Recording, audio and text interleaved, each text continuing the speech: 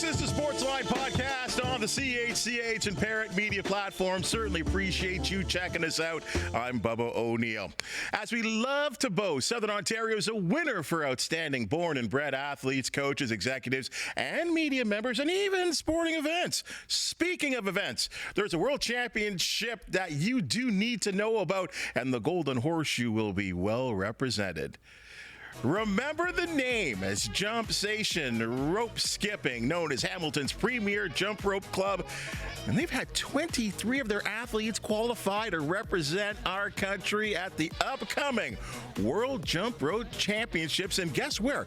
Kawasaki, Japan. It'll feature competitors from over 30 countries.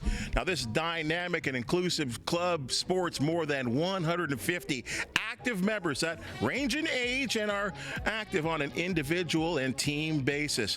Folks like yourself, we have lots to learn here, and I'm thrilled to introduce from Jumpsations Rope Skipping, coach and athlete Meghan Booth and Alexis Diaz. This is outstanding, ladies. I'm pumped up for this. Thanks for coming on the Sportsline Podcast. Yeah, of course. Well, I'm going to start with you here first, because this is amazing to me. In fact, I'll say this to both of you guys. I think I don't know how many podcasts I've done here, I've always known a little something about the sport, right? So I can kind of speak to it a little bit. Mm-hmm. When I found out about what you guys were doing, but then I looked into what your sport was, I'm like, I know nothing about this sport. So you guys are going to be giving me a real good, and our listeners and viewers, I think a real good education on jump, skip, roping. You tell me, what do you call this? Well, it can be called lots of different things. Like, some people call it skipping, jump rope. Like, it's anything really goes. And yourself, like, how did you guys get into this? First of all, I think at some point of our life, yes, even me, at some point in my life, we used to do, jump rope, whatever, great athletic sport, great to keep yourself in shape. But how did it become more than just an activity that you did on your driveway to a sport that you said you really wanted to zero in as something that you did? Like, some do skating, some do gymnastics, some do football, baseball, soccer. How did it change for you? Yeah, I remember at a Jump Rope for Heart ceremony, I got a rope at that, and then I really liked skipping, and my mom found something online. It was like a workshop, so I went to go and practice, and they said that I was ready to join their competitive team at the time. So that's kind of how I got into it, and I've been with it ever since. Yourself? I started because my cousin jumped rope for like many years. She went to like different worlds and stuff. And I started doing it just like with her, like at home and stuff. And then eventually I joined the team like in our recreational program. And then I got invited to our pre-comp team, and then eventually to our competitive team. And I've been doing it on the competitive team for about 4 or 5 years now. Mm-hmm. I'll ask it to both of you. Do any of your friends do this sport? Well, a lot of my friends are within the team, so okay. all of our teammates, obviously, we practice with them all the time, but I actually have never gone to school with anybody that I skip with. Yeah. Same. Yeah. I think it's crazy because you guys are doing this on a not just it's fun. I'm sure it is fun. This is why you do it. Mm-hmm. But there's also a competitive edge to it. And this is what I'd like to know is, when you're competing, what's your mindset? Like, where do you go into say, okay, this is not just for fun. It's for fun again. I'll maintain that. But this is on a competitive basis now. Yeah, you really have to like focus on yourself and like really kind of zero in on the fact that you need to go out there and try your best and do everything you can to just get the rope under your feet and make sure that you don't make any mistakes. It's not necessarily always about winning top place, but just doing as best as you can and like trying to get the routine that you have clean. Is one of the wonderments of this sport the fact that really, kind of like soccer, all you need is a ball and some shoes, and really here, you just need a jump rope? Yeah, well, we have different kind of jump rope. The sport is like all about using the rope. We have different kinds. So we have like our freestyle ropes, which we do at different freestyle events, and then we have speed ropes, which is like a thin wire rope, which is the events we do to go really fast. Mm-hmm. And then we have double Dutch ropes, which we do double Dutch speed and double Dutch freestyle, which are like your beaded ropes. And are these are things you can go to any store and get, or are these actually specific to the sport? There's ones that are specific to the sport that you can get on different websites and stuff. We get ours mostly from Kanga Ropes. It's locally based. Our coach actually runs the business, and then you can also get similar ropes just at Toys R Us and things like that as well. Yeah, because I just think about the one I had. It was a rubber one that just had Yeah. these plastic handles, and that's all you Yeah, did. it is really good for the sport because you can just start with just any sort of rope, and you can do lots of tricks with even one that you can buy at the dollar store. Well, you talk about the social enjoyment of the club, and I'd like to know a little bit about the club and how on earth. I mean, you hear about different clubs of different sports. Again, I plead ignorance here. I did not know there was a Jumpsations Rope Skipping Club. How did you find out about it? Well, I actually originally started on a different team, and it kind of slowly diminished. My coach moved away to England, so then I moved to the next closest team here, which was Jumpsations, and it's been really great ever since. The coaches are amazing, and it's a really close-knit community. We're all friends with each other. We're all really close, and it's fun to be around everybody. And you got some big numbers as well, too. Yeah. We have one of the biggest teams in Ontario. We have about 40 athletes on our competitive team, and we have 160 kids that come through our rec programs. So they come once a week for an hour, and we both coach those classes. Yeah. Can you tell me the differences between the two? You said competitive and then recreational. What would be the differences? So our competitive team trains 3 to 4 times a week, and that's our team that usually practices. They could go for 1 hour, 2 hours, or even 3 hours. And we practice routines and stuff, and we do speed, we do drills, and we prepare ourselves for competitions. Where our rec program is more starting and building the skill level of the athletes, right from the bottom, right from the basic skills, and to eventually build them up to be on the competitive team. You think about a baseball player, and sometimes, and in fact many sports, the hand-eye coordination, that's something that's really, really important for many sports. What would you say would be the characteristics of a good skipper? A lot of it is coordination. It's similar. There's even some aspects of it that is hand-eye coordination. We sometimes do things that we release a handle and then we'll have to catch it again. So it's we actually have a lot of little kids that also play baseball. So it kind of goes hand in hand with a lot of other sports as well. And your thoughts as well too? No, I fully agree. Same thing. You think the same thing? It's amazing to me because each sport does have its own sort of strengths and weaknesses. But what I like about this sport is that it's offered, or at least on a competitive basis, or maybe even a recreational basis. I see people, by looking at video, solo, and then there's 2 people, and then there's multiple groups of people, almost in a synchronized swimming or ice dancing formation. I gotta believe the choreography of putting together something like that has got to be incredibly difficult. Yeah, there's some different things. We have some events that are kind of similar to track, because you can do it with one person. There's some relays that we do, so you'll have a set amount of time that you have, and then you have to go as fast as you can within that time, and then when it switches, your next teammate will go.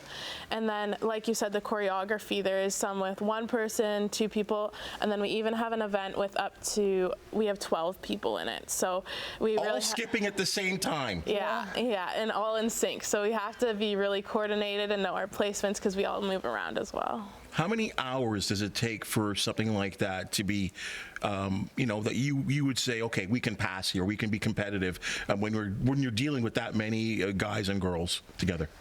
It takes a lot of time. So for this specific event that she was talking about, we have 12 people. We practice every single week for 2 to 3 hours, and we had to choreograph it and just practice it and practice and practice until it's perfect. Yeah, that's just for that one event though. Yeah. We have a specific practice for that one event every week. And it's all the music too? Yeah. Who picks the music? Well, we get to actually pick our own music for most of our events, but for that big event, our coaches pick it. We actually picked all Canadian music this time, because we're going to Worlds with that routine. So yeah. What music? What are you skipping to? We have some Tate McRae, Justin Bieber. Okay. Yeah. I don't know. Do you know? No, I'm not sure what that is. Yeah. So it's like to the beat, or like Yeah. it's like that, eh? Yeah, it's to the beat, and if there's like a special part of the music, we'll normally do something special with our rope to kind of give it that accent in the routine. Mm-hmm. I mean, and I guess there has to be a certain amount of patience too.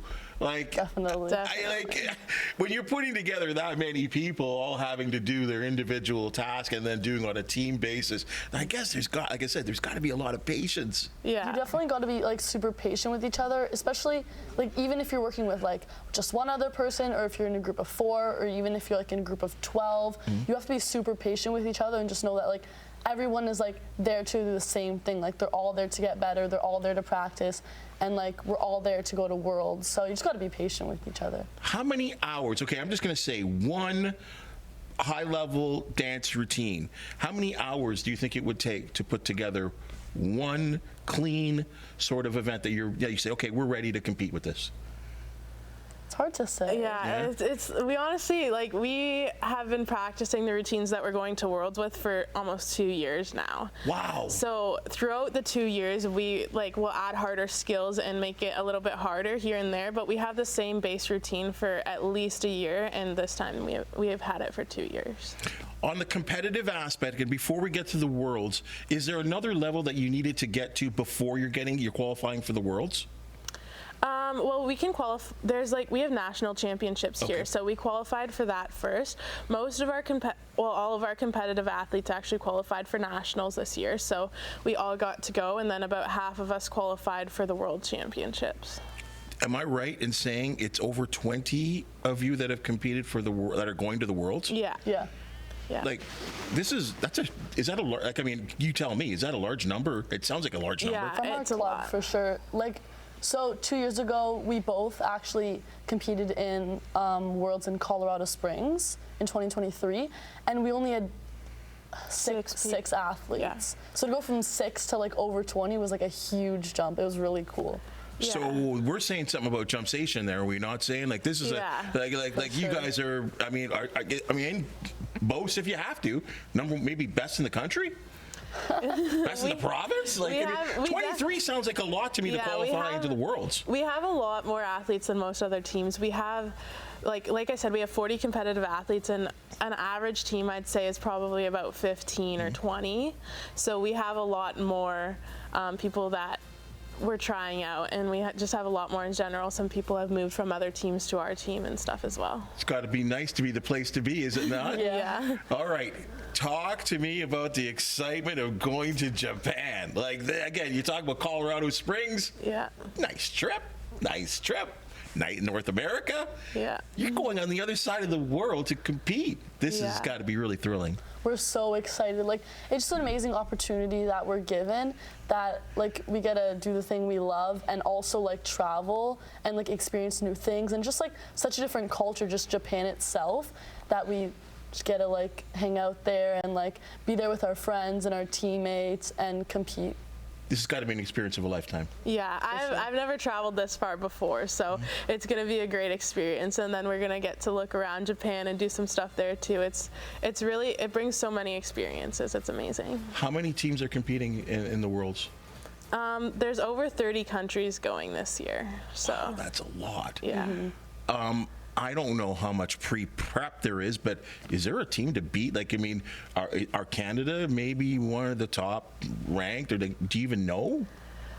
It really depends on what event. So Okay. there's some events that like specific countries seem to be better in. Like we for the team show event, which has a lot of people, the 12 people one that we were talking about, Belgium is really good, and a lot of the Asian countries are really good at speed steps. Like, they're very fast.